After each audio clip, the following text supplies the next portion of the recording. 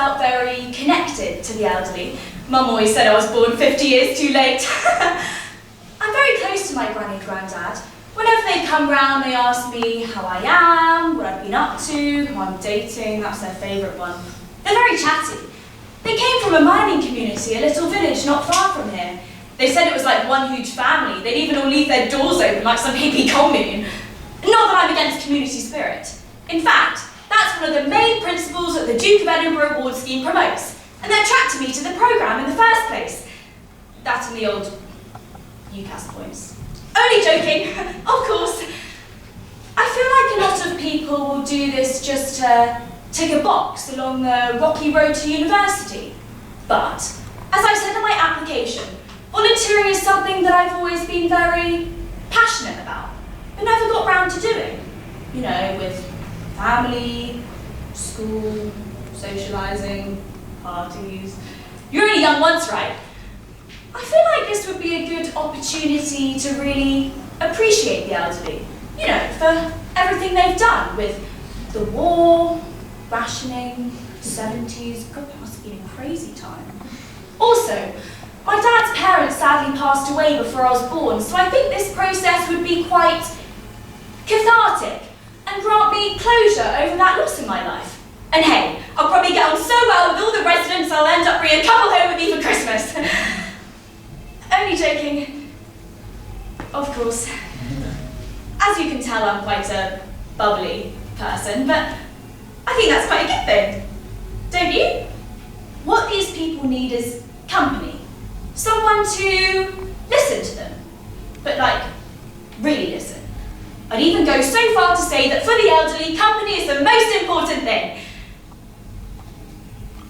That and their medication, they're probably the top two. But yeah, I'd say my best selling point is that I make them feel special. The problem nowadays is that elderly people aren't made to feel like real people. More like pets. But not your own pets, more like your friend's pets or your boyfriend's pets. You go to their house and this thing comes towards you and it's great. You pet them, show them a bit of affection, but that's it. There's no longevity to it.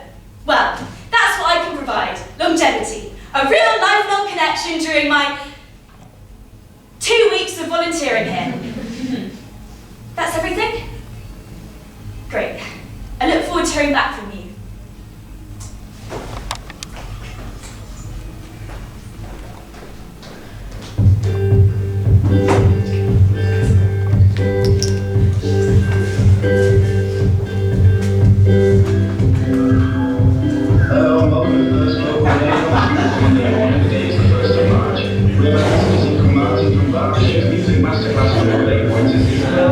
Congratulations to Sunday on a tour around the radio station. For this week is beautiful sunshine all week long, very unnatural weather for here in First, with many passes through, being an area diverse by the northeast.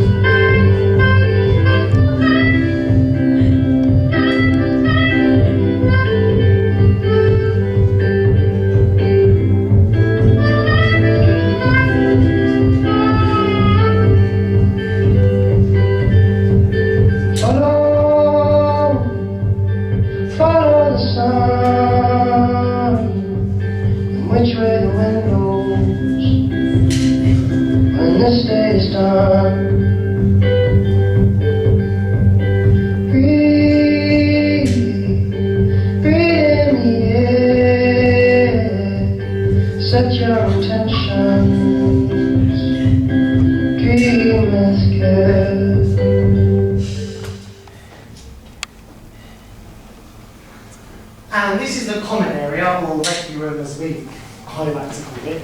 This is where we hand out their daily prescriptions and just chill out, really. With your volunteering, you probably spend most of your time in this room. There's 14 residents here currently. Most of them are bedbound, but we do get a few usual customers. Is that what we are now, Brian? Well, of course, you are darling friends. Sweetheart, friends don't have to spend £4,000 a month for the pleasure of seeing each other. Well, I'm rolling in it myself, isn't it, Molly? Anyway, let me introduce you properly. Vicky, this is Molly. Molly, Vicky. Bollocks. What are you? You're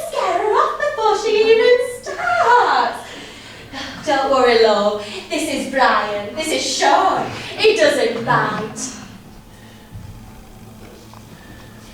Gone a bit balmy, bless him. He's got as good of a screw loose, but he's been here the longest. I'd say either him or messed up Mick. Sorry, Ryan. Passive Mr. Peters. Anyway, Sean has got a bit of a screw loose. Oh, I'm sure that's not the case. Lovely to meet you.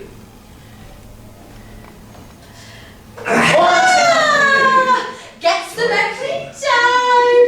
Oh, he's only teasing you, love. Though he may look like a zombie, he's not got full cannibal just yet. Give him another year. So, are you ready for your test? Test? She does it with all the volunteers. You don't have to. Oh, nonsense. Whatever makes you happy. Well, you can cut that out for starters. I'm not a 4-year-old. So, first question. Where are you from? Hilton. Oh, very posh. And how old are you? 17. Oh, lovely. And how long are you volunteering for? 2 weeks and then I go back. You take the box? No, then I go back to school. Oh, I'm sure. So, did I pass? Well, that's yet to be proven, isn't it? Posh 17-year-old Vicky from Swanky Hilton. Oh, so what was the point of the test? Oh, well, to get to know you, of course. Oh, sorry, love. We get very bored in here and a no face always allows for a bit of fun, doesn't it, Sean? It also helps the likes of my opponent here to remember your name, you know, if they've got a few basic things to familiarise themselves with. It helps jog the memory. Only problem is, you might be known as Posh Vicky from now on. Better that than Neddy though, isn't it, Sean? Neddy. Oh, too right, Sean. Neddy this, Neddy that. Everyone's bloody Neddy to him. But you get used to it. Anyway, I hope you enjoy your first 2 weeks in the submarine. Submarine? She's being clever. Oh, how dare I! According to her, people come here and never emerge again. Dolphin? He gets it. Well, I'm only here for 2 weeks, so I guess it'll be a short mission. I'm sure. Oh! 4 in a row. Bitch. Oh! Save it for the bedroom, Sean. You get to be all hot and bothered. Again. Oh, Vicky, love, if you ever fancy a chat, well, we've nowhere else to be. Well, I guess I'll catch up with you later. Sorry about that. She's too clever for her own good. Well, but wait till Dr. Montoon arrives. She's quite a different woman when he's around. What's Sean's story? Oh, he's one of our oldest. The long and short of it is alcoholism. Messed him all up in the upstairs department. From what we know, he's been in the village all his life. Worked at the coal mines. Was trapped down there when a mine shaft collapsed in '82. That was everywhere, you know. BBC News at 6, not just look north. Apparently he was meant the same after that. Some sort of depression. Never diagnosed, no, just guesswork. Some of the staff were from the village as well. We'd all see him down the building. He'd either go to the pub to recover from the mine or the mine paid for the pub. Maybe both. Oh, brilliant timing. Charlotte, this is Vicky. Vicky, Charlotte. Hello. Sweet girl, but dreadfully quiet. Just keep yourself to yourself. Probably won't see much of her.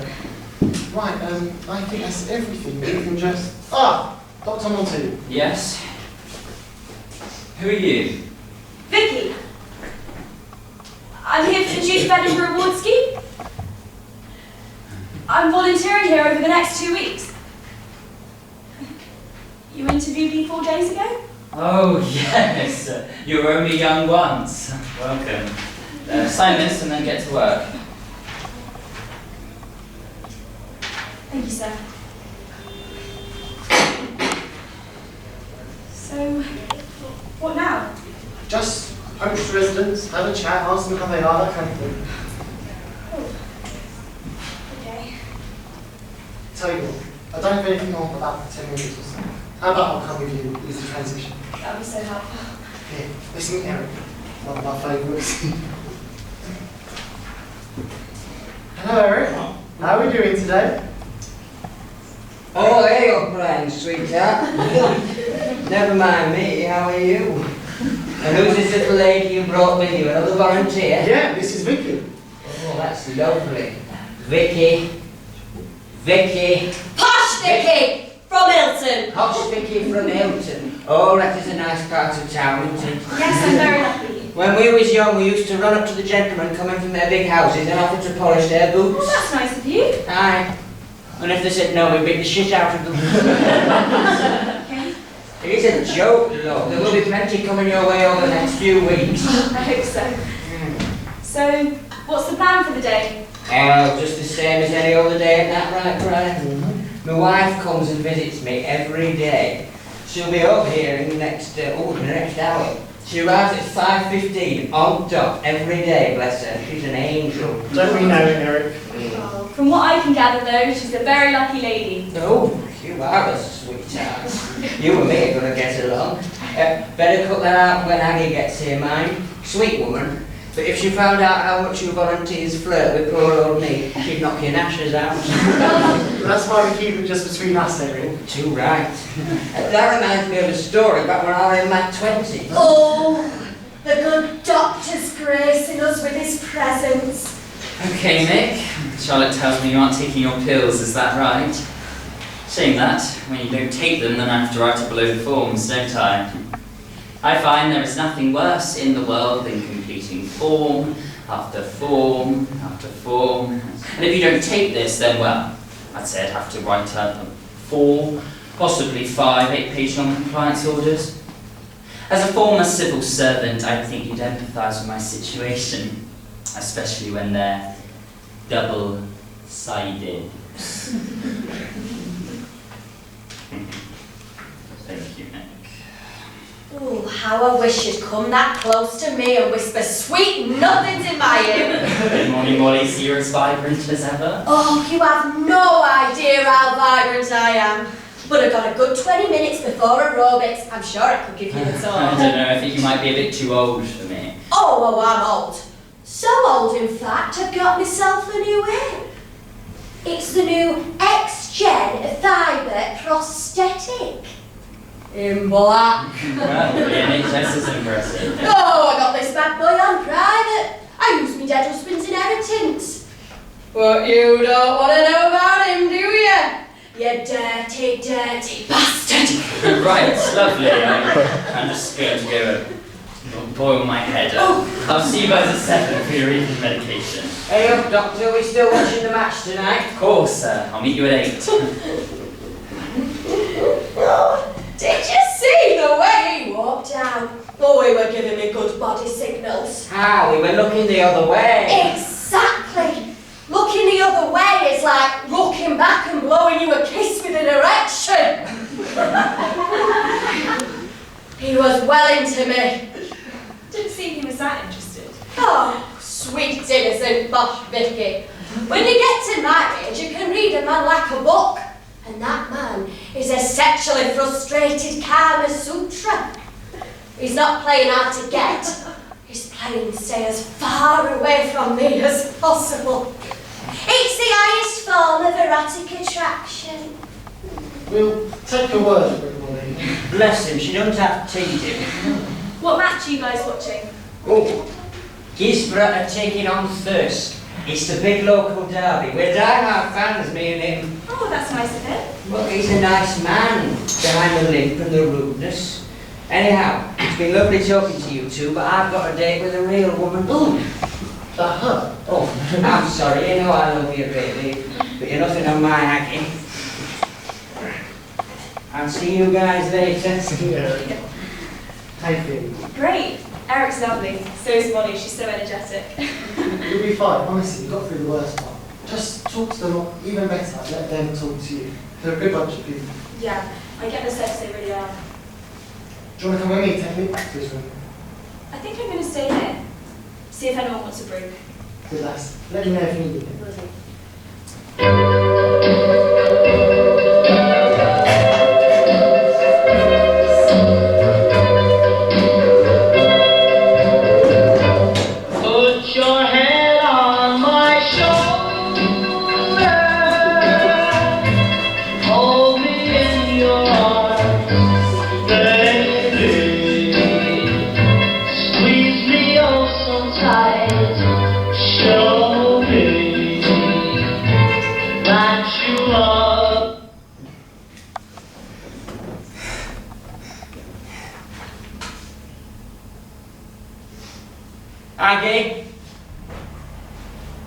You here yet?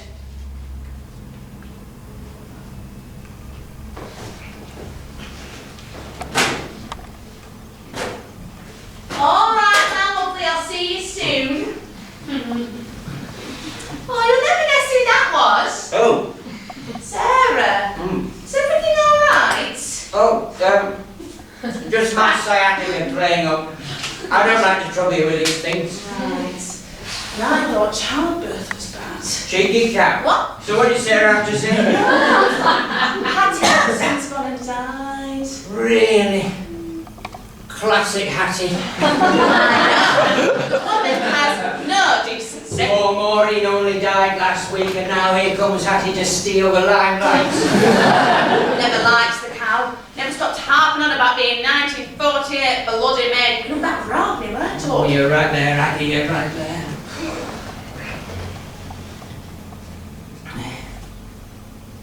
God rest her soul. Oh, aye, God rest her soul.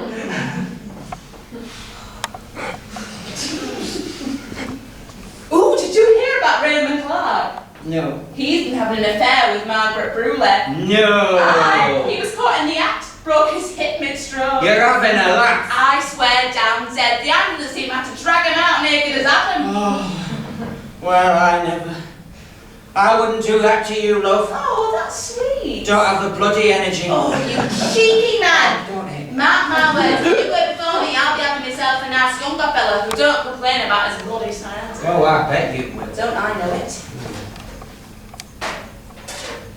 Met Victoria's daughter at Church Catesale the other day. All right. Funny little thing, fresh from head to toe in black. I think she's going for one of those phases. Look like our Chloe. Aye. She did make some stunning brownies though. Really? And they're wealthy. They're that new health supplement that everyone's been raving about, you know. Maharaja, no, that one isn't. Maroon. Oh, maroon wine? You don't mean marijuana. Oh, it might be. It's a bloody drug. Oh, that makes a lot of sense actually. I was feeling a bit lightheaded at the time. Poor Sally. She had about 4. No wonder she kept flashing the priest on. St. Bernadette's church in the middle of a bloody drug ring. Oh, what a nasty little girl. Our Chloe were never like that. No, and neither were we. In our day, young kids hung out at dance hall and courted each other. Now they all rush around like horny little rabbits. We first met at a dance. Aye, I remember. I came in through doors and you were the first lassie I saw. I knew right then I was going to marry you. Really? I thought you were a bit fat. Hey, stop with you. I was a strapping young lad. I must have been. No money to my name. Why else would someone like you give me time of day? Wow, feeling generous. Well, I thank my lucky stars for that every day. Oh, I hate it when you ask me. It makes my spine tingle. I bet. You go to bingo on Thursday? Oh, God, how could I forget? I know, that's my job. So, we've got a new bingo caller. I think his name's James, but all the girls refer to him as tight trousers. He wears a leather pair, which do not leave a lot for a God-fearing woman's imagination. Anyway, he's been coming the past couple of weeks or so, and I swear, either he is getting bigger, or those pants are getting smaller. Probably not washing them right, but the leathers, you've got a hand washing. If you go down to Aldi, they have got this lovely fabric scrubber. Get on with it, I want to know how this Oh, ends. sorry, I didn't tell you about that fabric scrubber. It works wonders. Anyway, so it gets to this Thursday, and they are as tight as they have ever been. Bless his little sausage and toothpicks, they must have been suffocating. So, he's calling out bows, which he does not need to do because we've now seen this pair of ears. And he calls out, God, it must have been their second to last number. I remember because me and Mary were both run away and I'm desperate for it to be a 32. So, he picks it out, knocks it inside a bingo machine and drops it on the floor. He smiles apologetically, calls out the number, 56, and bends down to pick it up. Well, let's just say those pants snap quicker than Jacqueline Fisher's spaniel when you drop a her baby. He stands up, commands of a course, you can fit a pair of underwear in. And then there's this pose that feels like an eternity and you will never guess what happens next. What? There he is, Chris stands up and shouts,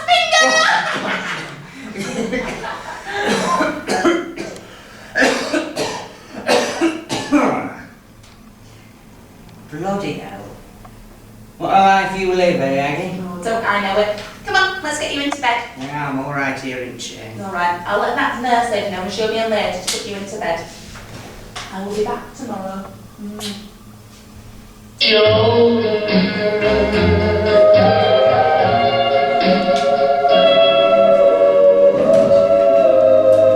Now it's Paul Agnee's head on my shoulder, playing his part on Nostalgia Wednesday mornings. The time is 10:15 a.m, the date is the 4th of March, and you're listening to First Local Radio on 515 FM. Oh, come on. It's an easy question. Your favourite song of all time. Everyone's got one. A single song. Oh, you must be balmy, love. There's too many to choose from. Fuck Neddy. That's more of a genre, Sean, but good start. Fuck Neddy. That's more of a primal act, but good try, Sean. I'm a big Elvis fan. Oh, good choice, Eric. Everyone loves the King. Any song in particular? Oh, aye. It was me and Aggie's wedding song. It was called, oh, what's its bloody name? All shook up? Always on my mind? Oh, no, never mind. It would come to me. Oh, no worries. How about you, Brian? Oh, I have to say, Sean, I'll take that. They're quality. I'm sure they are. You know, I saw them in concert last year by Little Elizabeth. That Gary Barlow, legend, was about as far away as I am to you. Well, good for you, love. What do you reckon Mick is? Oh, I don't think he knows what music is anymore. Well, he's always wearing them headphones. Might be all he does know. Must be something classical, maybe a symphony or opera.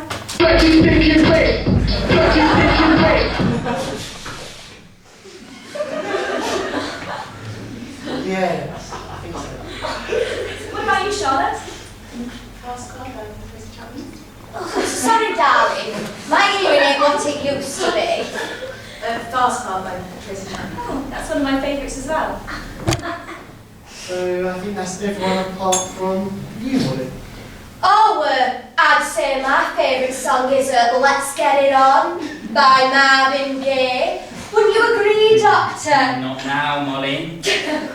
Don't worry. I just subtly made him think about the two of us having sex. Oh, you're on the money today, Sean. What's it really? Oh, well, my favourite band is the Lumineers. You know what? The Illuminators. No, the Lumineers. I'm surprised you know them. Why? I don't know, they're just a bit contemporary. Too young for me. Don't worry, love. I find I'm more than well equipped to deal with things too young for me. No, to be fair, posh Vicky, it was my daughter who got me into them before she went off and banged that Tibetan monk. They're very good. The band, the couple I don't see working out. But as you said, you're only young once. Well, they're one of my favourites as well. What about you, Dr. Montoon? Old Maui. Off Marjorie. Never heard of it. It's an old sailor's song. Fuck. Sense, yes. Blimey, how did you get into that? Well, it doesn't matter. Shouldn't you two be doing your rounds? Yes, sorry, Doctor, we'll go now. No. Good. Come on. No. Sean? No. Daddy, no! It's all right, Sean. Calm down. It's all right, you daft sod. It's okay, Sean, we're all here. I think I'm beginning to hold off on those rounds. I need to get cleaned up. Come on, Sean. I think I'm going to vacate the area. You coming? I think I'll stay here.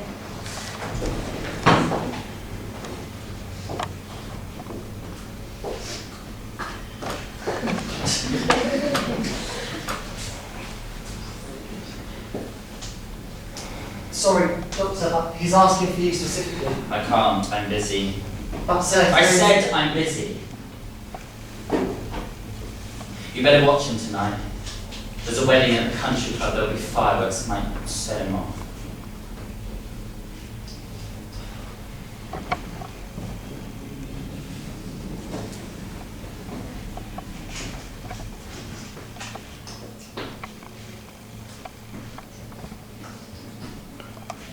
Those look important. There are patients' financial papers, so yes, you could say that. How was the match? What? The football match, the one you watched with Eric. Oh, dreadfully dull, the game and the company. I I think that's rather unfair. Eric's lovely, he's kind and chatty, and he's a good friend. Friend? Vicky, Eric has Alzheimer's and a degenerative lung disease that will eventually hospitalise him, God willing, kill him. Just hope it happens before the Alzheimer's leaves him like Mick. Vicky, if you see everyone here as your friend, then you'll never be able to step back out into the light of day. These people come here to die. We just make them as comfortable as possible until that inevitability. Treat us as every other volunteer does. A box to tick. Any more investment will break you. Right. What's sad about looking like? Probably, but you'll thank me looking back. Look, I'm not being difficult for the sake of being difficult, I just know how it goes. You don't have to have this stay with you. It's only 2 weeks. Yeah. I'm still the same. And we'll get along just fine. All clean up. Do you feel like it's getting worse though? I might have to slash the odds. No, hey, that's not fair. They're all old and so all have equal probability of sudden death. What's this? Oh, nothing, just a silly little game we play. It's a Deadpool. What? A Deadpool. We all have £50 on who will die next. The winner takes the pity. You're joking. No, we're not. I know it sounds quite barbaric. I thought the same at first. But it's just a game. We don't actually want them to die. It just means that when they do, it's not as painful. It removes us from everything. So it's a coping mechanism? In a sense, yes. We've done it for years. Just seems inhumane. Well, that's one way of looking at it. Another is a way of passing time at the one-way train station to Hades. It's not a train, it's a submarine. You're mixing metaphors, my sweet prince. Always a pleasure, Molly. Wait, they know? Molly does. After a third or fourth advance, she became my name on the ticket. I ain't going anywhere, darling. Yes, you keep saying, and more frustratingly, living. Honestly, we're not animals, we promise. Look, even Charlotte's involved. She's got Mick down as hers. Suppose. So who's your pick?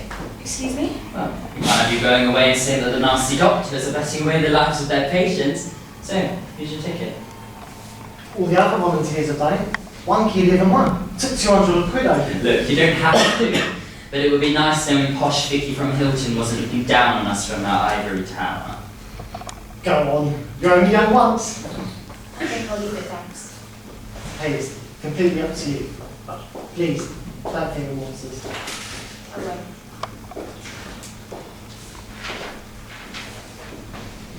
Come on. I need someone to chat to.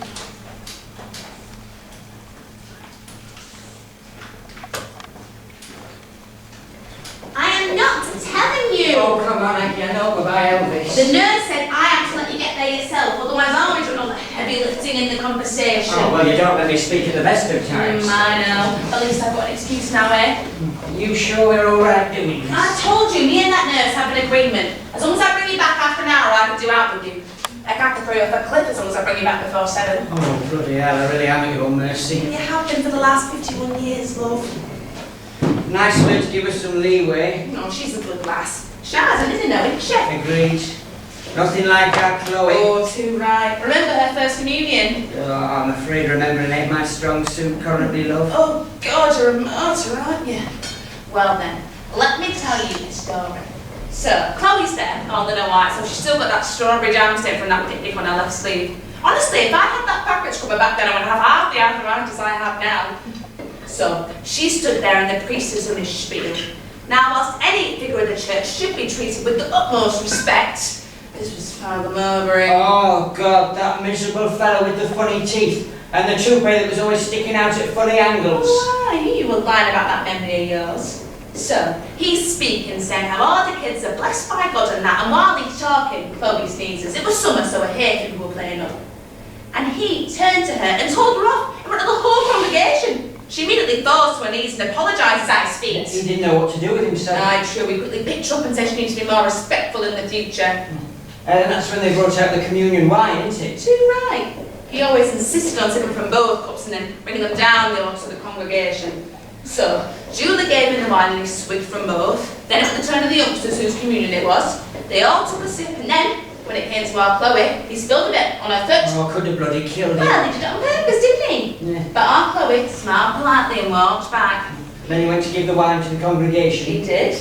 Took one step and went head over heels, both cups full of wine all over his white robes. The toupee ended up halfway to Thirsk, and our Chloe stood there smiling gleefully. Oh, the cheeky so-and-so. When he saw his shoes were tied together, he nearly cried. Ran out like a little kid. Well, it serves him right for picking on youngins, don't it?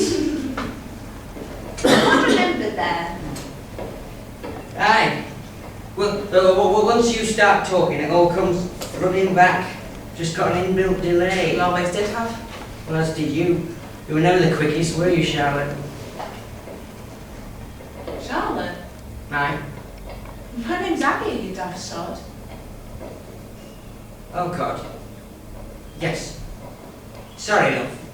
All over the shop. Oh, that's enough of that. Come here.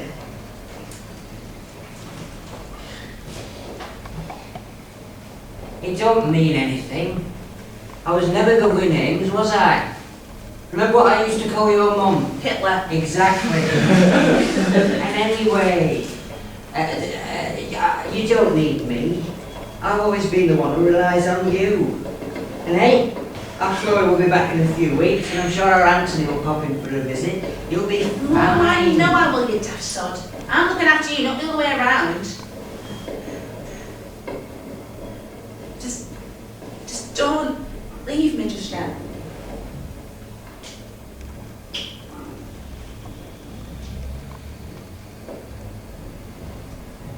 Oh, come on, get up now, you squashy bitch. What are you trying to say? I'm too fat. Oh, God, no. Your limbs are like tree branches. You need to put some on. Oh, she'll be the death of me. Come on, let's get you back. We've taken up enough of that nurse's time. Come on. Right, now I've got you. I'm going to tell you all about that fabric scrubber. How much of your brain space is fabric scrubber? Oh, no, see, all of it. I don't know how to. So, it's fine.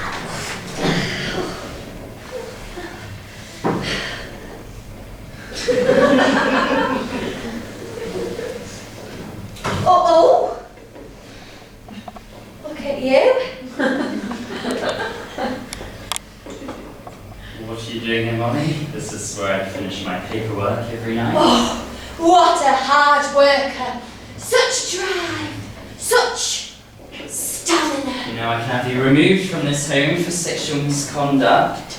I guess you could. Like I could have you removed for this. Nightcap? Oh, I knew I'd twist your arm eventually.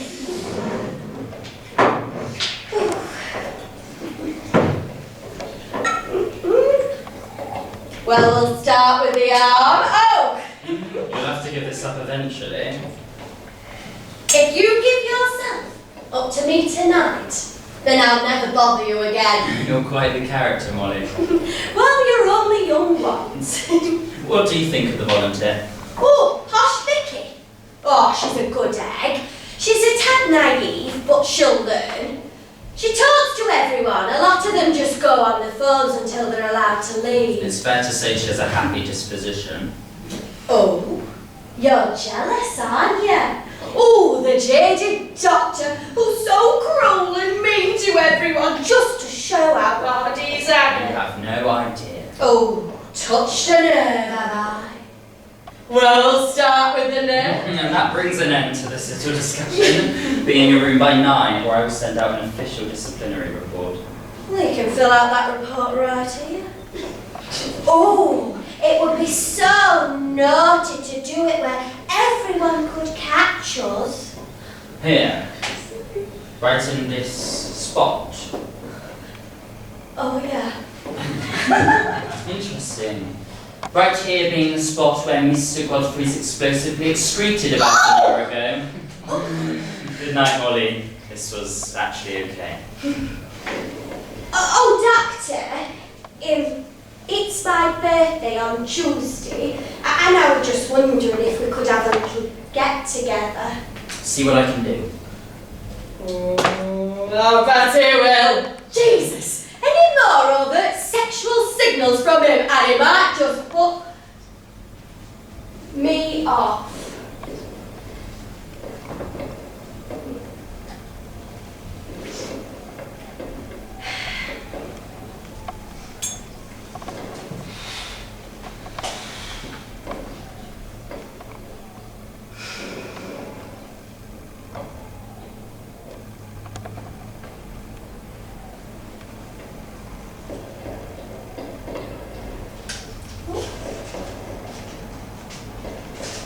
These might be useful.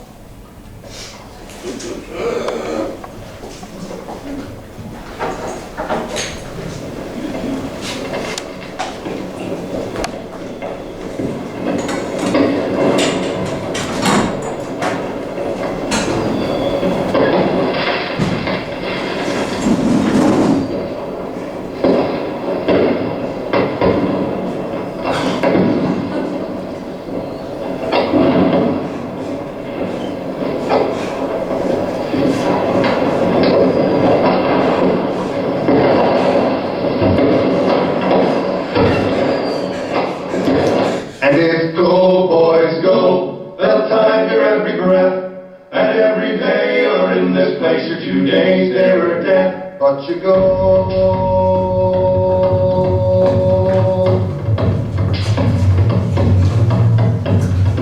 Well, I've processed alibi, and I'm telling you no lie. I work and breathe among the fumes that trail across the sky. There's thunder all around me, and there's poison in the air. There's a lousy smell that smacks of hell and dust all in the hair. And it's go, boys, go. The time you're every breath. And every day you're in this place, you're 2 days there or dead. But you go. Well, I've worked among the spinners and I breathe the oily smoke. I've shoveled up the chips of man and die on mix and choke. I'm so knee deep inside, I've got sick with a caustic burn. Been working rough, I've seen enough to make your stomach turn. And it go, boys, go. The time you're every breath. And every day you're in this place, you're 2 days nearer death. But you go.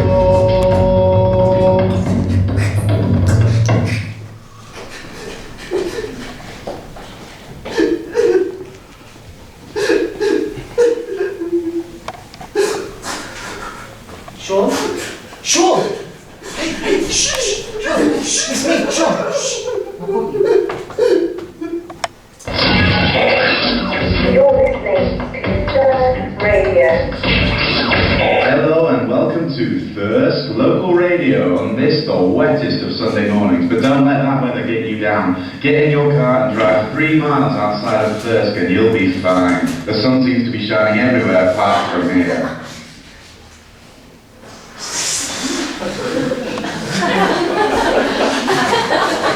How old are you going to be, Molly? I can't let you know that. It's a trade secret. Fair enough.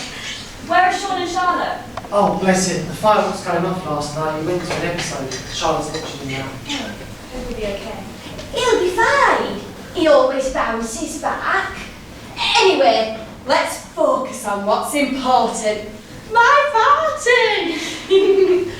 Oh, hello, Doctor. I must say, all of this is very lovely. You'd have to go to all this effort. We do parties for all our residents. There's something special about this one. If you say so. That seems to be going well. Don't worry, I know just what to do. Sounds like you have a plan. All will be revealed at my birthday tomorrow. Just you wait. Well, I'm excited for you. I hope you can seal the deal. Oh, I'm sure I can. What type of music am I getting? I don't know, whatever old people are into. Hey up, silly love. Can you find us a DJ for us old folks? Searching Dijon Foreign in Oldham. That bloody thing. Families are here. Oh, look what the cat dragged in. Hello, Samuel. Come to give your poor old mother some birthday wishes. Yes. Hello, Mother. God, the familial warmth. It's enough to make me cry. Come on then, let's get this over with. Mick has a guest. Yeah, his daughter comes round to visit once a week. Scary looking girl, but stinks of marijuana. Say that again. I wonder what they talk about. Politics, the economy, global warming. So, you've graciously given me the gossip on all the residents, but you've rudely left out the staff. What's going on with Montoon? Oh, that's the kind of work to private school, right? I think, back in the day, according to Eric, he used to be a really good footballer. Yeah. Was in the Gisborne Academy. But then, whatever happened with his leg happened, and that was that. Went to uni and became a doctor. What do you think good job at football, though, I'd say?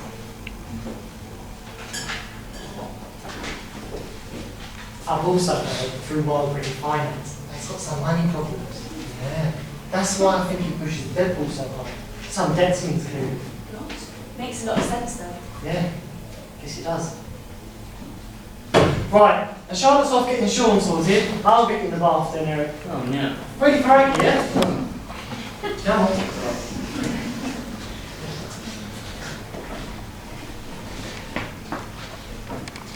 Hey, Hi. I've changed my mind about the Deadpool. I'd like to be involved. Welcome onto the team. Pick your poison. I think I'll go for Mr. Vickers in room 7. He hasn't left since I got here. A tactical choice, I like your thinking. Nice to have you on board. On board? Oh, the submarine. I guess it works.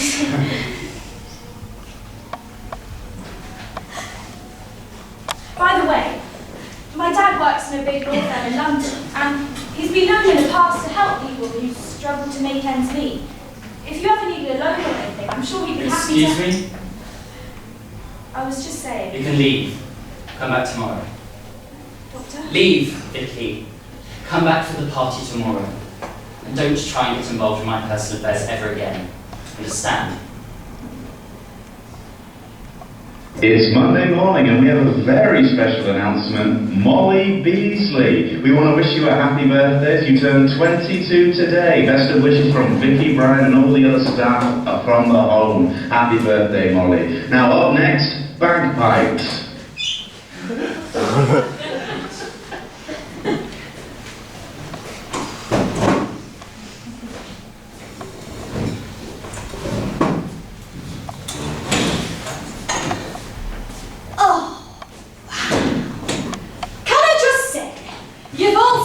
Out the park. Thank you all. No worries. Vicky did most of the work. Oh, it's okay. Oh! I'm glad you enjoyed I it. couldn't be more grateful. Come with me, where Montoon can't sing. I've got a secret stash of wine.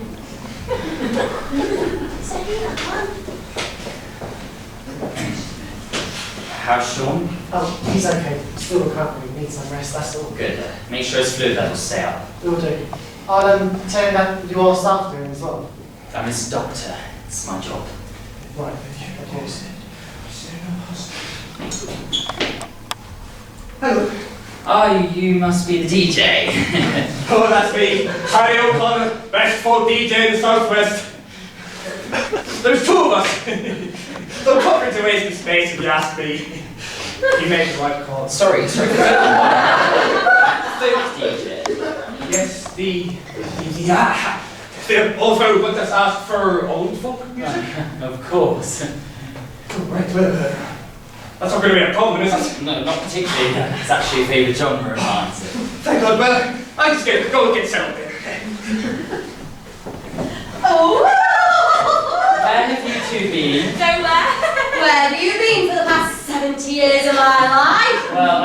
enjoying your midday? I'm excited for my present. I haven't got you a present. Oh, I think you are. Right, well, I'll give you two. Oh, wait, please. Before you go, here. No. Oh, please, come on. It's my birthday. Yes. I thought you said you had a plan for today. That were it. What do you mean? The drink. I put Viagra in it. Really? You can't do that. I bloody can. I even took some myself. It's my birthday. I've opened the Christmas one. You're crazy. You ready? Yes, sir. All set? Good. Do you want this? That'll be grand. Thanks, sir.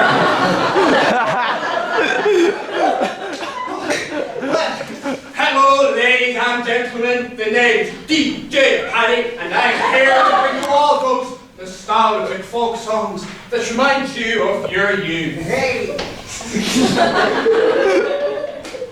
So, any cognizant in the audience tonight? Miners? There is, but he's in drill. Right, well, blacksmiths? Men high seas? Well, never mind. Now, this first track goes out to all of you who are sick of a certain somebody in their lives.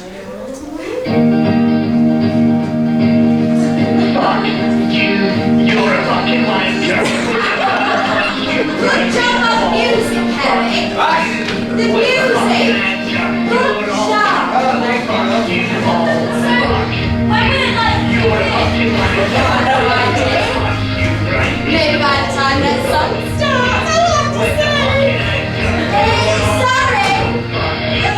Can we have something we can dance to? This is a birthday party. Right you are. Well, now this for next one, I want you all on your feet, unless you're wheelchair bound. And any injuries you may receive, I'm not planning for.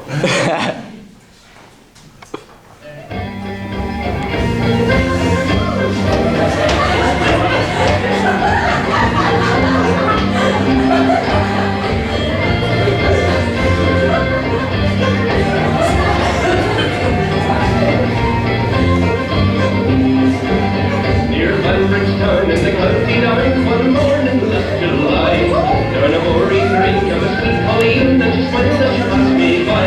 Okay, that's enough. Oh. Eric or Mick getting too excited and exhausting themselves. I think you'd best be a little worried about yourself, getting a bit too excited. What do you mean?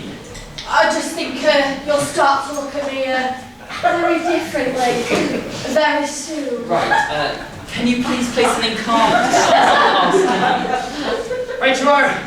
Now, this next one has been specifically requested by the doctor for the birthday girl.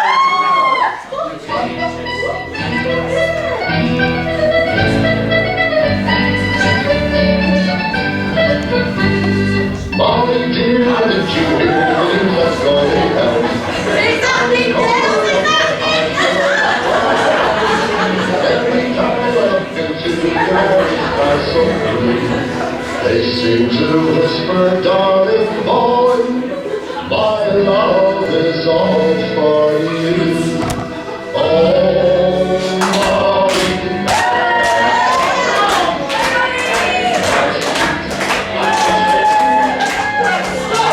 I'm fairly on my trolley, my Irish molly, when you are near. Springtime, you know it's springtime. Come dear, now don't be slow. Change your name, the one you came to.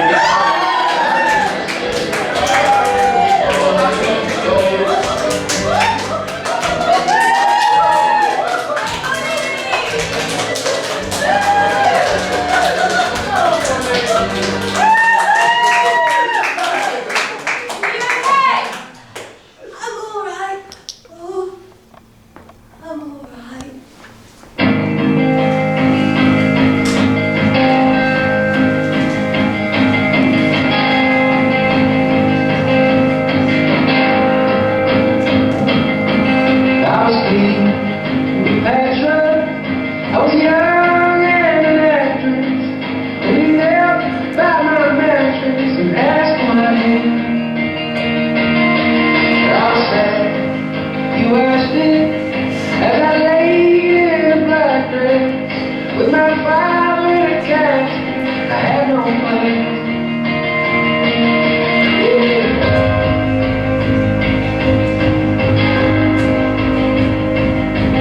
And I left with my friends, the mud-stained off coffin, and hard like my heart did when you left home. But I must admit it, that I would marry you in a instant. Tell your wife I'd be your mistress to have you around. But I was late for this, late for that, late for the love of my life. And when I die, I'll be on time.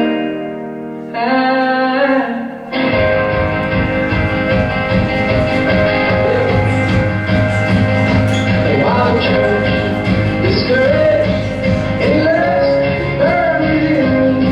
Yes, my flesh, it was my currency, but I had no truth.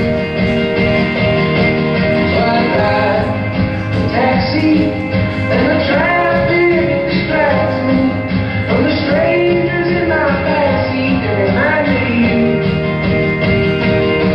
But I was late for this, late for that, late for the love of my life. And when I die, I'll be on time. The only gifts from my Lord were birth and night before. I read this script in a costume fix, so I played my part.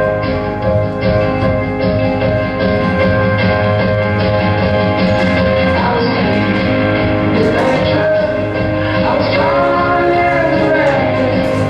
That's all in the past of going. And now I'm nervous and white shoes lead me back to my guest room.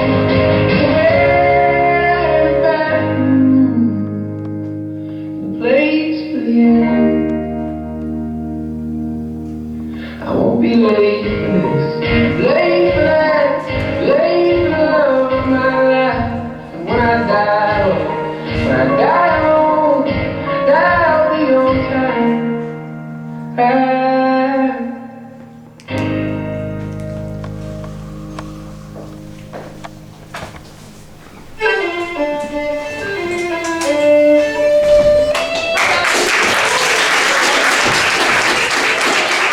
Quarter two. Thanks.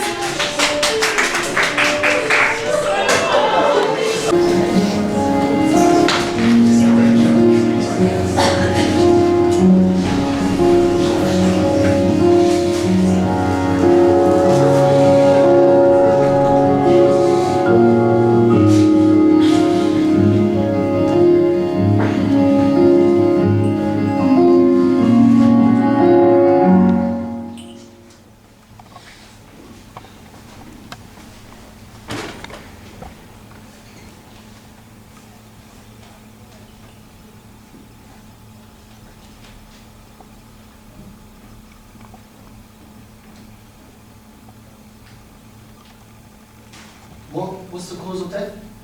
Sudden cardiac arrest. Oh.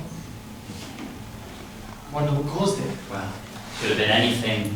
The alcohol she was drinking, Yeah, that's possible. or the Viagra they found in her system, the dancing, the exercise may have been too much. Yeah.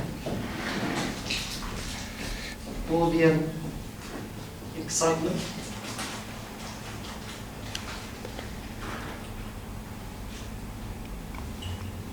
You don't think that she, you know, What? well, we all know she liked you, fancied you, had strong sexual feelings for you. So? Well, if you remember in the moment, she was really excited and maybe she could possibly have... No, I don't think that happened. What didn't happen? You were just saying that in the moment, Molly might have, you know... Sorry, I don't. Orgasmed. Jesus! Have some respect for the dead, would you? Don't be so bloody crude. But yeah, orgasm.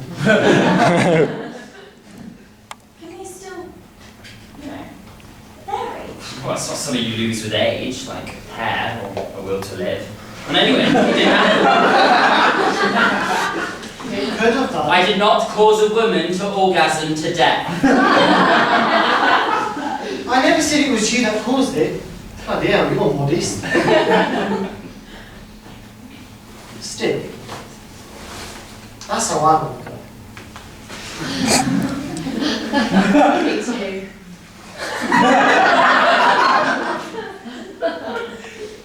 Me too.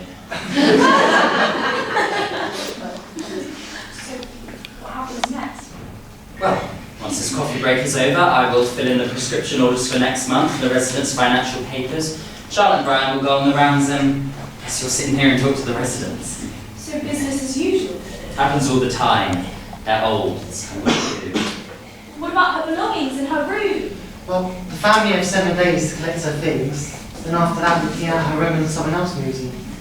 7 days, then she's gone. She's already gone, Vicky. But there are 13 more residents who aren't. So we do what we can. Hey, my first one was hard as well, but you'll get... What Montoon failed to mention is that instead they hold a little service.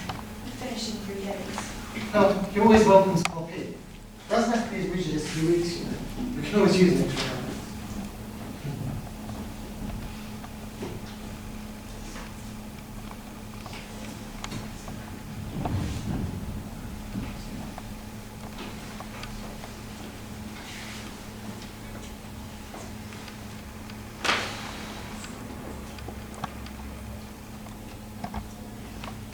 I feel sick. Like there's something burying in my stomach. Don't judge them. I've never experienced someone die in my life.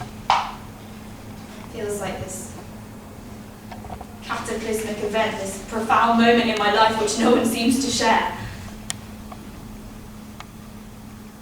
My dad says loss molds you into the person you're yet to be. It shapes you. Well, what about when every day you're surrounded by death? Does everyone mold you, or do you just stop developing? Sorry, Nick. Don't mean to sound malicious by this, but Montoon's right. What more have you got to do other than just wait out the days until you die? What kind of quality of life do you have, eh, Nick? Sat there, looking out, fading day after day. Having Brian or Charlotte wash you? Do you even know they're doing it at all? If I leave on Saturday, and you die, no one will care. They'll take it in their stride, and can you blame them? Brian's a dad. Charlotte's young. Montoon is young. Why should they have to carry this with them? But if they don't, does that make your death less meaningful? If no one mourns you or remembers you, then does that make your life less significant? I'm going off to uni soon, Nick. Everyone says you should be so excited, it's the best time of your life, but I just can't bring myself to feel like that. This thing gnawing away at my stomach is guilt. I'm an only child, you see, Mick.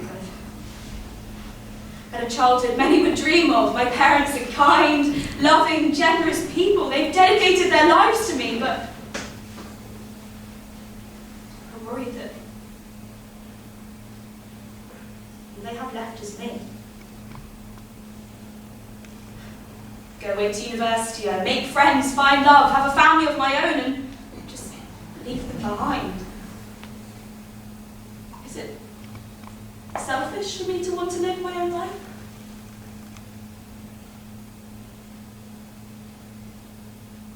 Don't worry, sorry, Mick. I know it's not, I just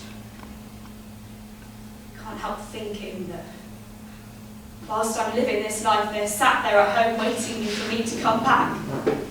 And then, one day, one of them will die, and another one will just end up in a place like this. Will I be there for them, Mick? Hope so. Hope so.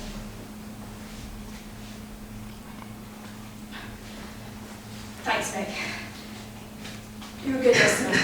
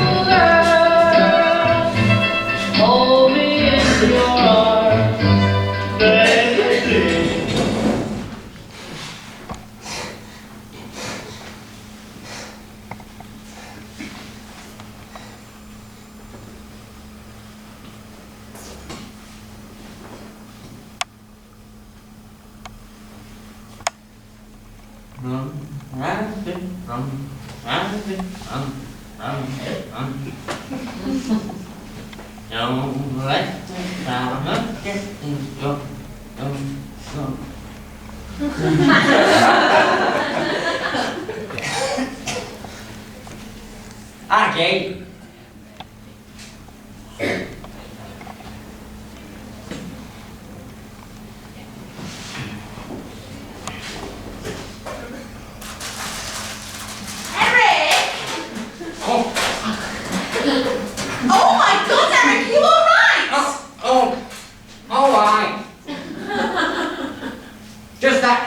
Degenerative lung disease that's slowly killing me. What's this? Oh, just a bit of lung. Jesus, you really should get the nurse. I'm dying. That's funny. I didn't realise your lungs were made of Mick Bitties, not chocolate hobnobs. I have no idea what you mean. Oh no, you haven't. I was hungry. Not the entertaining biscuits. I'm sorry, no one was going to eat them. Well, they're not there to be eaten. They're there to show people how accommodating we are, but people are too polite to actually take one. Well, I don't remember. Don't pull that shit on me. Bloody hell, I've no need to swear. Well, it's unfair for you to not on me. It's not like I can pretend I'm ill. No, you can't. You have to nurse me. Oh, that's what we pay this bloody place for.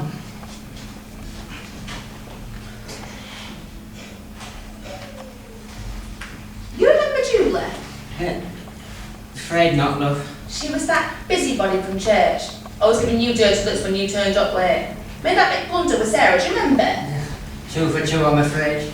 Well, Sarah hadn't been to church in a good month, and Julie, ever the busybody, goes up to her and says that our Father who art in heaven always sees what we're doing. And not that he keeps score, but church isn't some passing fancy. And what did the lass say back? She went, "Oh well, Julie, I've just come out of rehab, but don't you worry, I was in the chapel every day, not just the once a week like yourself.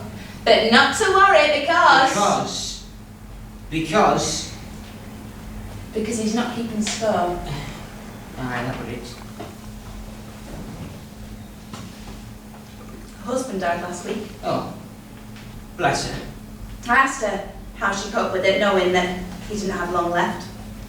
Do you know what she said? No. She just kept hoping he'd get better. No.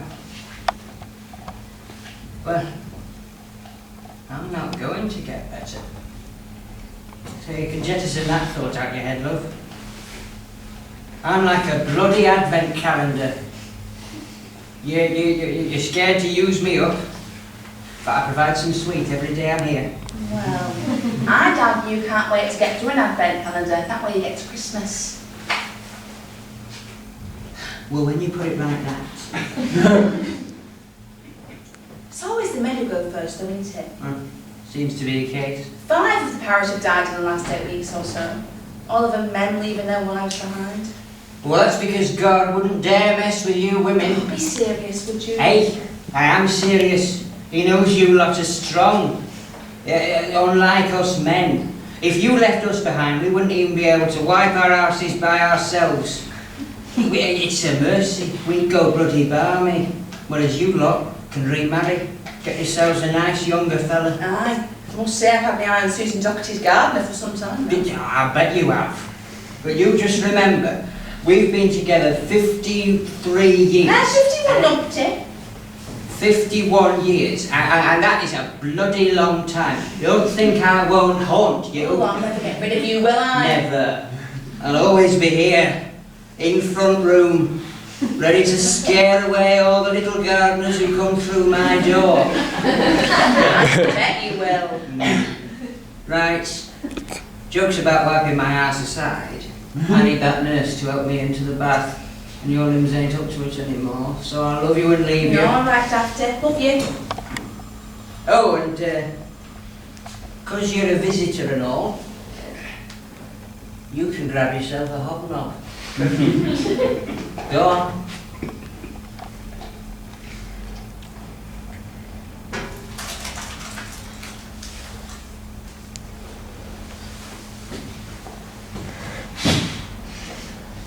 Oh, bloody hypocrite.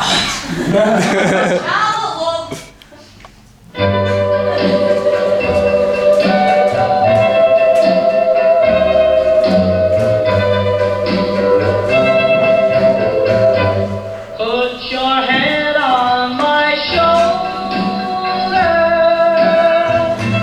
hold me in your arms, baby, squeeze me oh so tight.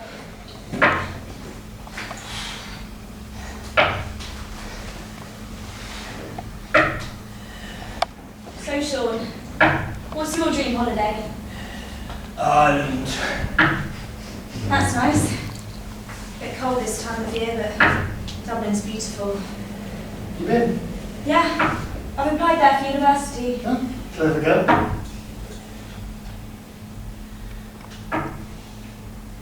What about you? What's your dream holiday? Well, I've always said I'd take my easy out to Disneyland Paris when the money came up, that is. That's nice. She loves all the princesses and that, but Winnie the Pooh is her favourite. Well, hope you can make it someday.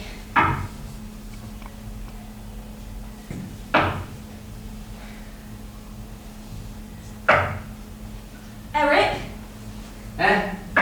Dream holiday destination. Oh, I'd say Butlins with the family. That's nice. Are you okay? Oh, yeah, just trying to remember the name of that bloody Elvis song. I can play you some if you want. No, thank you. I want to surprise Aggie with it, but I need to do it by myself. I hope you don't mind, Vicky, love. Not at all, Eric. Mick's is obvious, of course. Big fan of the Ibiza party scene. Almost definitely. What about you? Oh, I don't know. So many to choose from. Wonder what Molly's would have been. I don't know. Some sex show next there, probably. I don't think so. What did we actually know about Molly? Well, she had a beloved crush on the doctor, for starters. I know that, but I mean personal details. She had a son that visited once a year, but... Oh, speaking of which, has he kept her things? Not yet, no.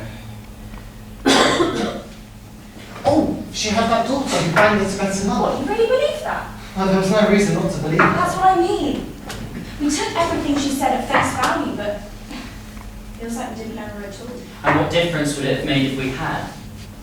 If she'd wanted to tell us more, she would have. If she preferred to keep her private life private, so be it. It's not your place to make the decision. I guess. She's gone, which is sad. We all feel it, resident and carers alike. But we move on. Isn't that right, Vicky? Yes, sir.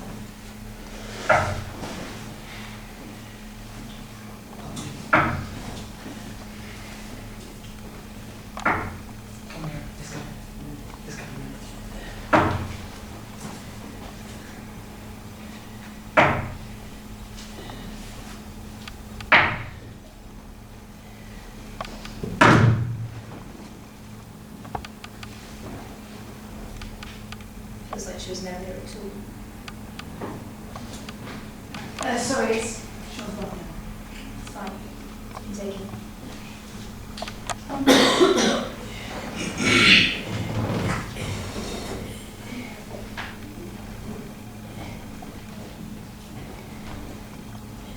Actually, do you mind putting Mick back in his room?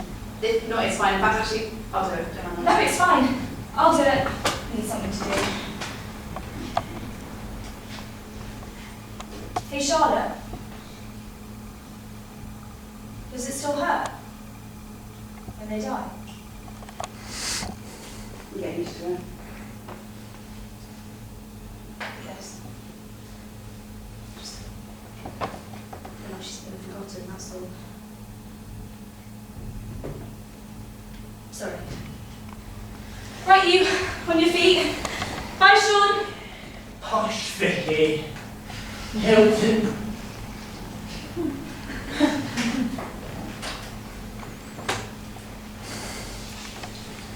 That's the first win I've ever had. Well, you did have a man in her early days. She lasted a long, long time. That she did.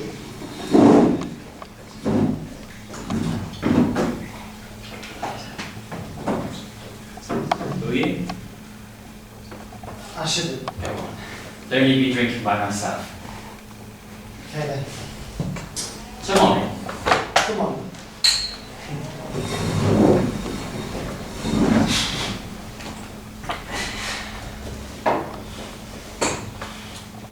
Vicky was right. We really didn't know a lot about her, did we? No, I guess we didn't. Maybe we should put more effort in. With the residents, I mean, help them feel welcome. How old is Isabel now? She's 5. Coming up to her 6th birthday this month. She at school? Yeah, just a local primary. Same as that private school down on Forest Road, you know. St. Bernadette's. Yes, yeah, I know. It's a good school. Would you say she is a happy child? She is. To use your phrase, Doctor, she has a happy disposition. I'm glad. Does she make you happy? Every day. That's what you should care about.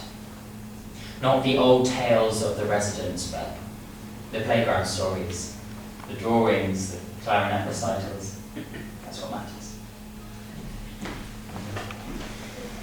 Good to see you, Charlotte. Now both of you, cash. Oh, look at that. All of us in the one room. You two, Vicky, pay up. The Deadpool love. You're joking. That's a bet. No. What? You fucking animal! Molly died! She died and you're profiting of it! I don't need an ethics lesson. If you don't want to pay, then you shouldn't have signed up. Is your financial situation really that fucking bad? You're disgusting, Brian! Why are you letting him do You this? pay up the money I owed and then run on home. You know exactly what you signed up for. Don't martyr yourself now. It's 2 days, isn't it? Stick it out for 2 more days, sweet Vicky, then you can fuck off back to your posture to existence in Hilton. Move to university and forget all about us here. Now pay up and go, or I won't sign your precious dearly for. Spend it wisely, you sick vulture. Why didn't you just tell her what the money's for? Because then it wouldn't mean anything.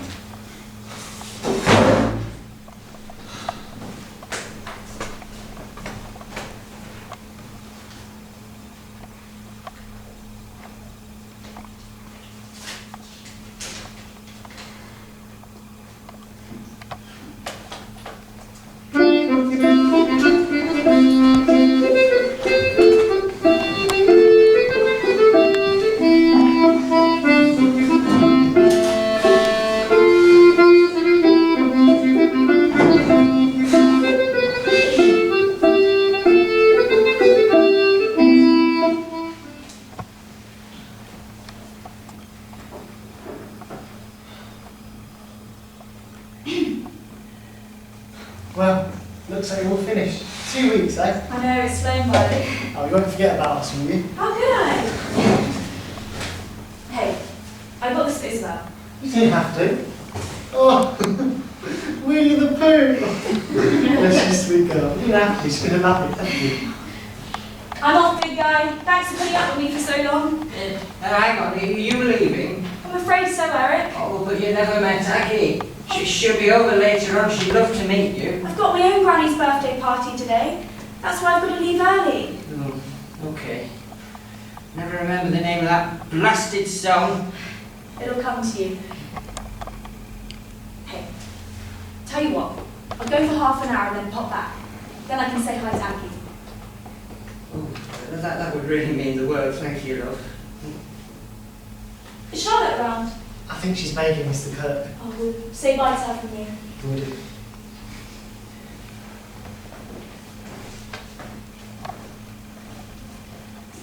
Bye, Mick. Thanks for putting up with me. I know you didn't have much choice, but I appreciate it nonetheless. Look, I know going back to school and things, but well, it'd be great to see you at the service. So, do you think you can make it? I'll see what I can do. Bye then. Bye. Take care. See you later. You can still catch her, you know. Apologise. He's made these last 2 days so awful. I can't. Why? Because who is she to judge? She has no idea what we deal with every day. She can come here and lecture us about how cold we all are, and then go home and get on with the rest of her life. Leave us behind. Well, we aren't volunteering, darling. This is our life. Submarine. See, he gets it. Sorry to interrupt, but there's a lady in public management here to talk to you about patient finances. Okay, I'll meet her in here. My office is being fumigated. Charlotte Brown, do you mind moving these to one? Of course not.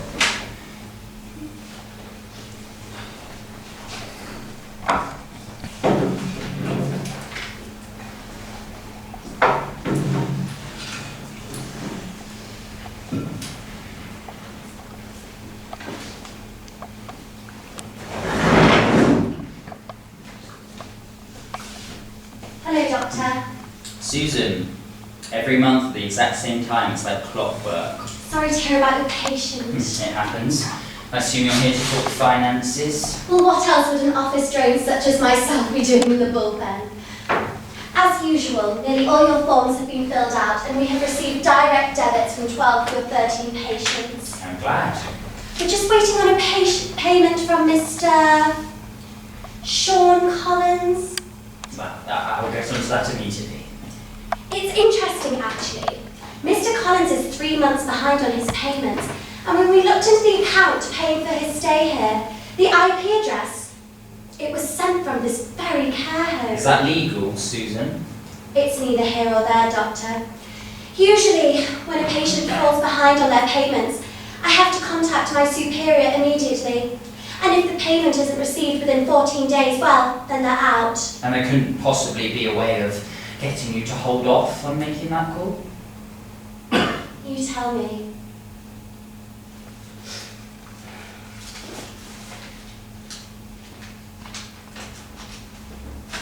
That's £250. Take it as a gift for your understanding of Mr. Collins' situation.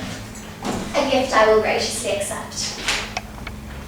Doctor, this is the last time I will allow this to happen. If Mr. Collins cannot find 4 months' worth of fees within 4 weeks, he will be out. Understood? Guessing you'll use that £250 to fuel that dirty habit of yours? I'm a year sober, Doctor. Rehab does wonders. You should try it.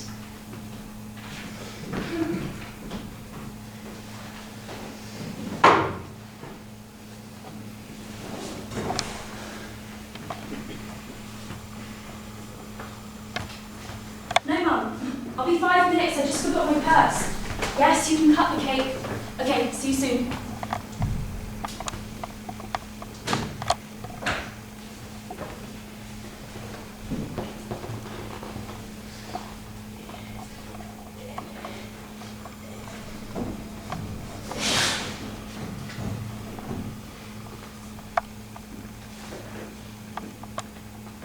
Neddy.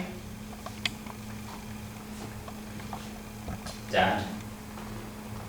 Neddy Collins. Dr. Edward Montoon. You didn't think I would keep your name, did you? No reply? Funny, you're always so chatty growing up so loud. The men absolutely loved you. When you begrudgingly brought me to the pub, they would talk about how great you were. How lucky I was that you were my dad. Big Sean Collins. They said you were the lifeblood of the line. You keep spirits up with those folk songs and sea shanties. They loved you, and you loved them. I loved you. And now what could I say? I'm a doctor, strong, a man in my 50s, and what are you? Weak, frail, in need of care. It reminds me of a poem we learned at school when I was 14, 15. A son is standing on the beach with his dad, and he's walking in his dad's footprints. They're larger, bolder, further indented in the sand than his own smaller footprints. The boy looks up to his dad like a god, a titan. But unlike a god, his dad is fallible. He gets older, generally more decrepit, and then all of a sudden, the dad is following the son's footprints. When I was weak, or crying about Mum, you used to say I needed to toughen up. Well, go on, Dad. Toughen up! I thought playing football would make you proud. I loved it. One of the only things I really did love. But every time I played, you'd always be 200 yards away at the bull inn. 200 yards.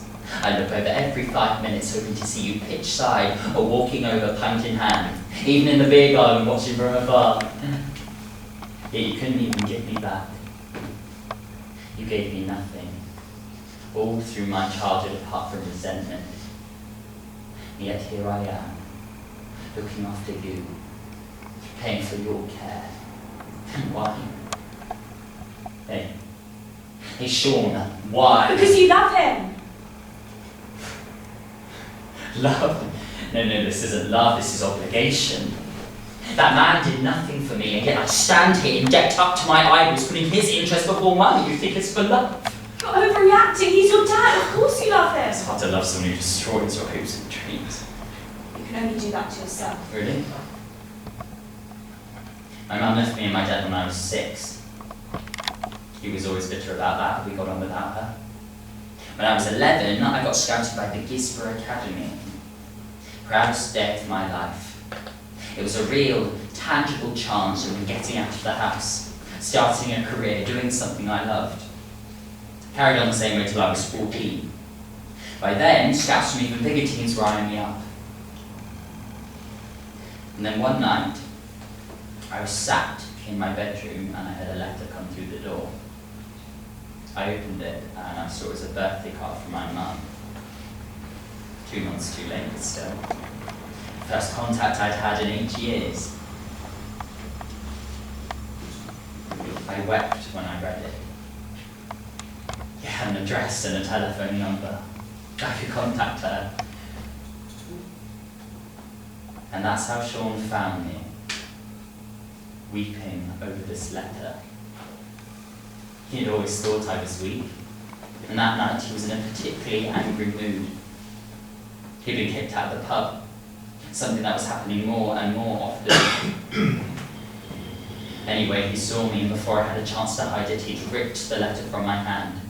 With every word, his grip got tighter, his eyes bulged, and his face reddened. Then he pushed past me to the fire. My first contact with my mum, my only tie to her. As I got to the fire, I grabbed his hand and he whirled around and he hit me, across my left knee.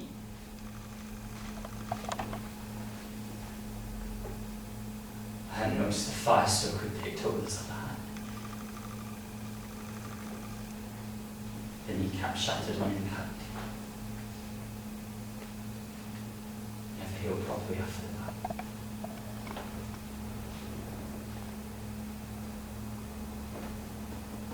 Love. I've never loved this man. And yet here I am, 40 years later, crippled and drunk, and still standing in his footsteps on the beach.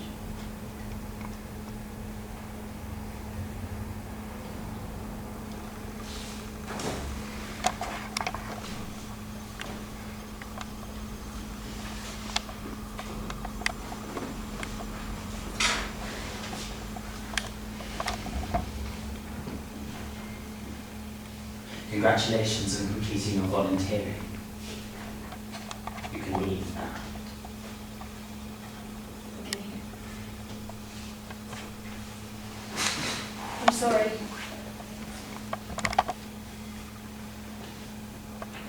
Before I go, I was going to go meet Aggie. Do you want to come with me? Aggie? Yeah. Eric's wife. She comes every day. You've probably seen her around. Seems like I'm not the only one who's drunk. Eric hasn't had a visitor in 2 years.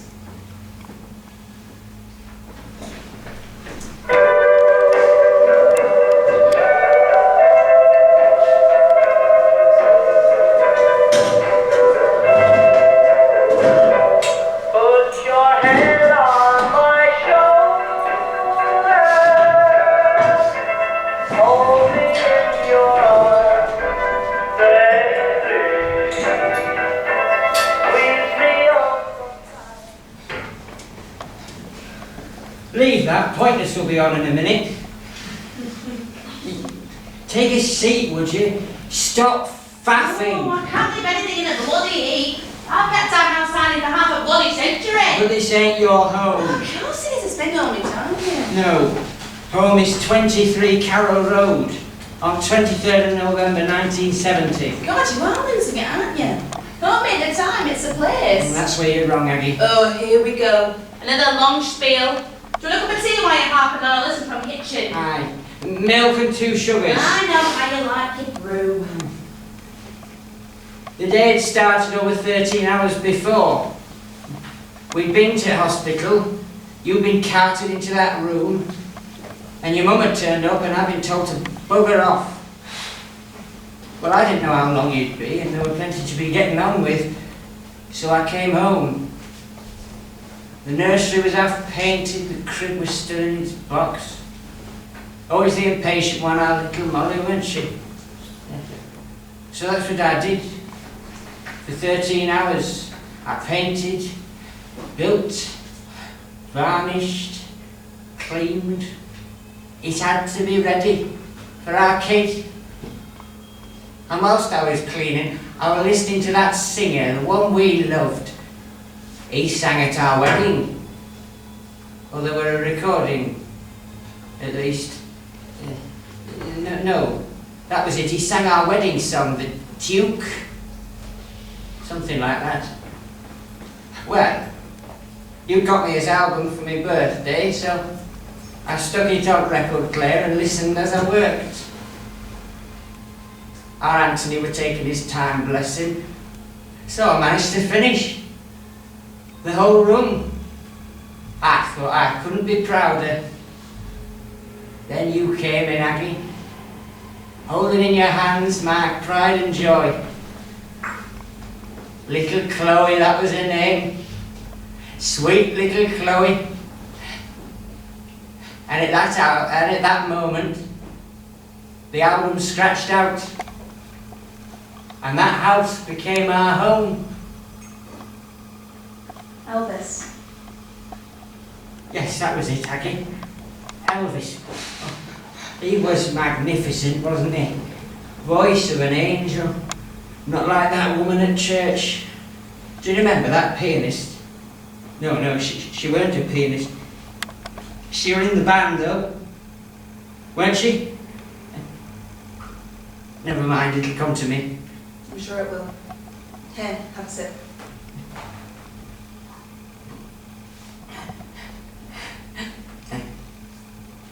I have to apologise, my love, but all this thinking has tired me out. Oh, I'm just going to grab 40 winks. You'll be here when I wake up, yeah? Night, Aggie. Night, Eric. Jesus Christ, you're sick! Please, Vicky, I can explain. Explain! You're pretending to be his wife! What's wrong with you? Shh, please keep it down. Well, maybe it's time you woke up! Hey! Why keep me down, girls? Oh, here he is. You endorse this, do you? Of course you do. When he first told me about her, you encouraged him. Please, Vicky, we can explain. No, you can't. Vicky! Aggie died 2 years ago. He remembered for about 6 weeks, but then he left us into spiral. It wasn't long before he was calling all of us Aggie. And then we'd sit him down and explain to him that she was gone. Every time it break his heart just as much as the first time. And then a week later he forgets.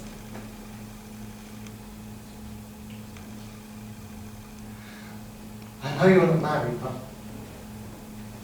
imagine the pain you feel when a loved one close to you dies. Now, imagine that very pain happening hundreds of times, over and over again. Same pain. I never pretended to be her. I just didn't correct him when he called me her name. He didn't do it all the time. Sometimes he knew it was me. Other times he would just talk to himself for hours about bingo, his kids' church, memory someone in his contingent should have lost weeks ago. Yep, there he was having a two-way conversation with me, affirming what he thought was true. I pretended, I just didn't correct him. Montoon doesn't know. No, it's against the rules. I can see why. Sorry, I just can't keep him in the dark like this. Do what you want to do. We'll respect your decision.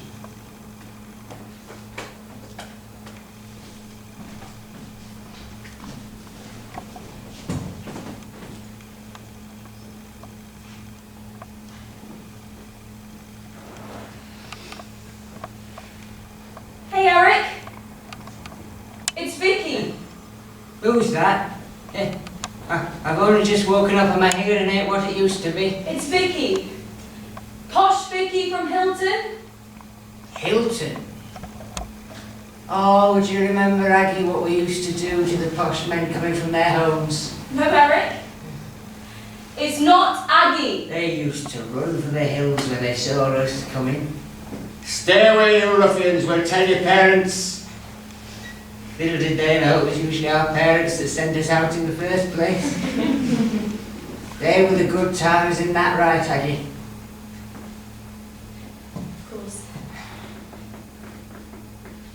I've got to go now, Eric. Oh, so soon? I'm afraid so. Will I see you tomorrow? Of course. Hey, Eric. Yes, love?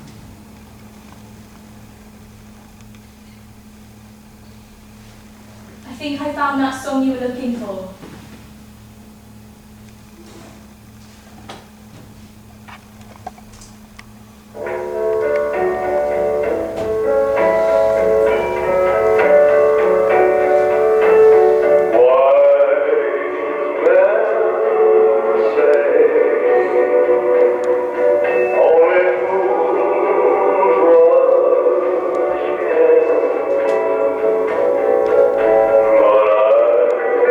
But I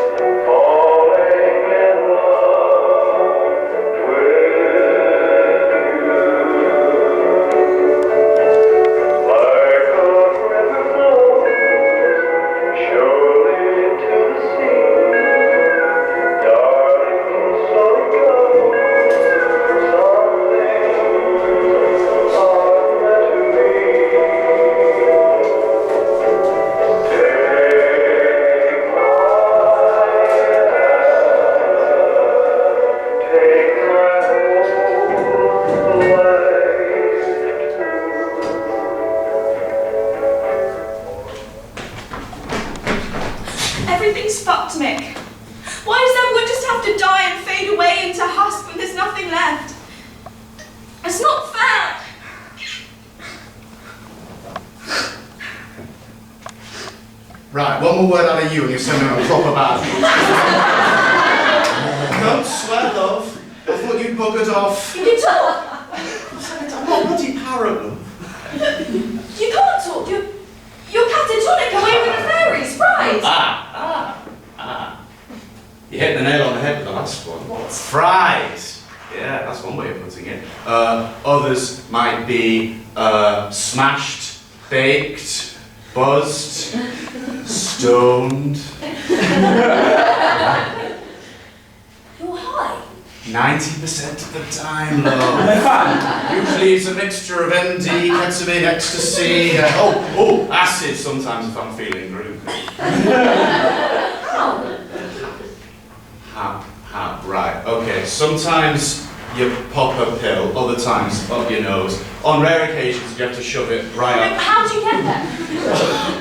Oh, that makes more sense. The family guest sells them to me. Your daughter? No, my dealer. Just tell her to give the name Cartwright, she waltzes right in. No one suspects your daughter of being your dealer. All your visitors are drug dealers? No, not all of them. Barbara Mortimer comes around sometimes for a cheeky shag. Give over, will you? If it was that Brad Pitt, you wouldn't mind. And anyway, Barbara may be 83, but in the bedroom, she's a mature 74. You're having sex with Brad Pitt? No! Although. No. Right, listen, the Mandy's going to kick in about 3 minutes, and then I'll be about as much use as skis on a beach. So listen, all right. The truth is, you're ageist. You hate the elderly. Excuse me? I seem to be the only one in this place that actually cares about you guys. Oh, yeah. Oh, how condescending. You care for us, do you? Listen, love, I've lived 3 of your lifetimes. I don't need anyone to care for me. Just trying to be nice. No! You're belittling. Now, right, in about 2 minutes, little Matthew McConaughey's riding pink zebras are going to start appearing on that far wall. So just pay attention while I'm still here. Right. I know you mean well. You want people to respect us. You see the Doctor and Brian and Charlotte getting on, and you think they should care more. Well, why? Just like you, see more of the world, it seems, but we'll get there during uni or after. The male genitalia is nothing to be shy of, love. Whoa. What you see as disrespect is actually the greatest thing you can do for the elderly. Be normal. Yeah? Just treat us like you, like human beings. That's all we are. Not fragile clumps of varicose veins and ulcers. You don't need to respect your elders any more than you need to respect any other person. Some hermit or fascist probably came up with that one. So stop looking at me like I'm the oracle about to show you the secrets of Atlantis and cover that smoke alarm while I light up. Killjoy. Right, look at that. What's the difference between these, eh? I don't know. Time. That's it. There is no difference between you and I apart from the year we were born. Now look at your hand again. You can't tell, but that hand is different, even now, a few seconds older. Do you feel any different? No. Neither do I. Sure, I might be deteriorating a bit quicker rate than you are, but I've got everything I need. Grammar, Mandy, and some psychedelic music. Okay. Thanks, Matt. Don't mention it, love. Don't mention it. Annie. You were right. You're only young once. But I ain't old yet. Oh, fuck.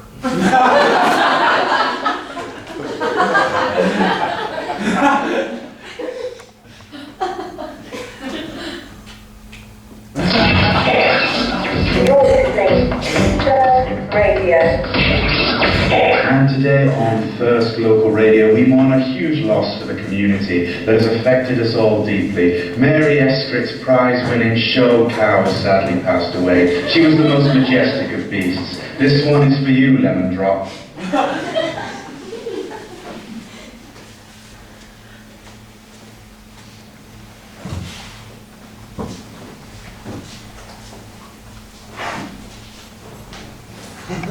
It's lovely, that. She already had it in her room.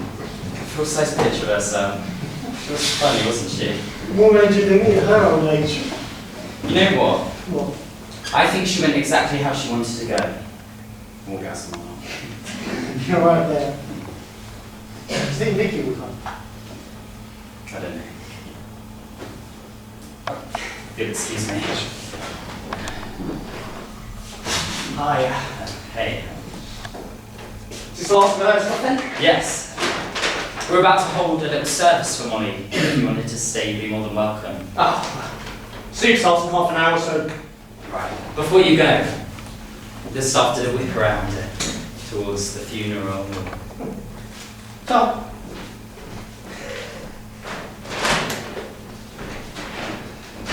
You came. Isabel, that gift, thank you. Oh, it's okay. Have I missed it? Oh, no, Montoon's just about to start, aren't you? Hi. Is it okay if I stay? Yeah.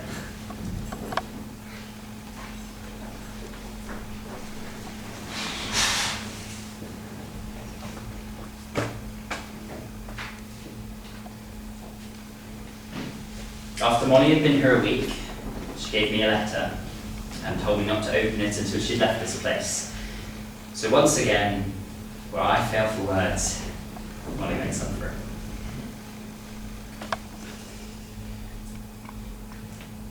If you're reading this, then I finally shagged the good doctor or died trying.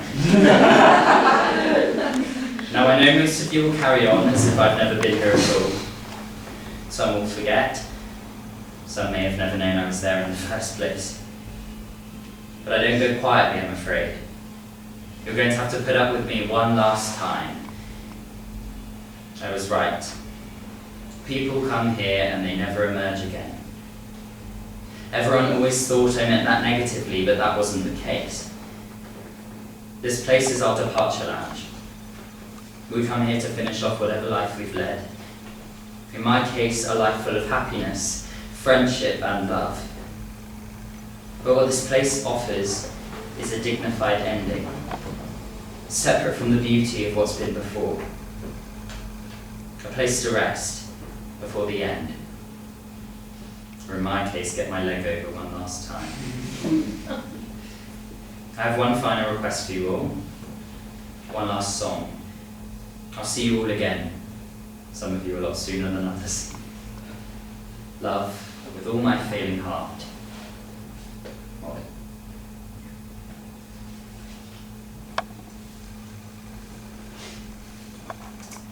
I believe submarines underneath deep blue seas. Saw the flags, Japanese. No one will believe me. Ran back to the town, boy, and that's so full how I've seen the submarine. One laugh alive.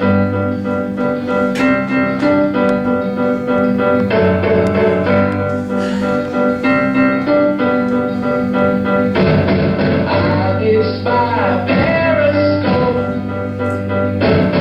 dead of night on the eastern coast. The police made them jokes. Told me I'd seen a ghost. Everyone thinks I'm a liar. No one knows the truth. If it was a bigger fire, I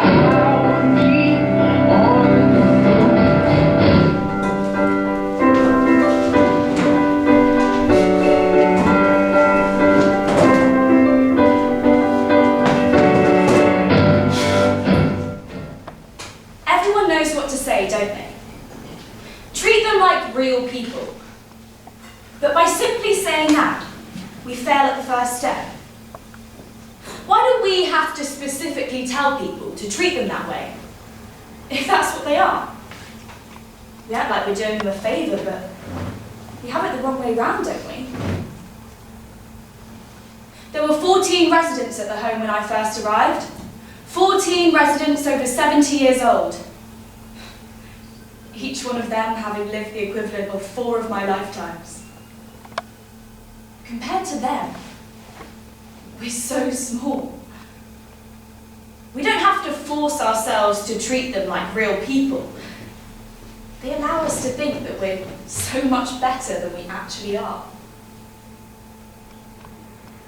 Right, yes, thank you very much, Vicky, that's very insightful. But this is more a formality session, just to make sure everything's in order.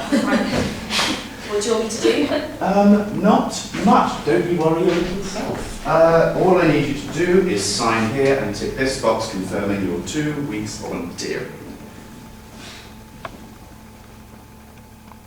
Do you need a pen?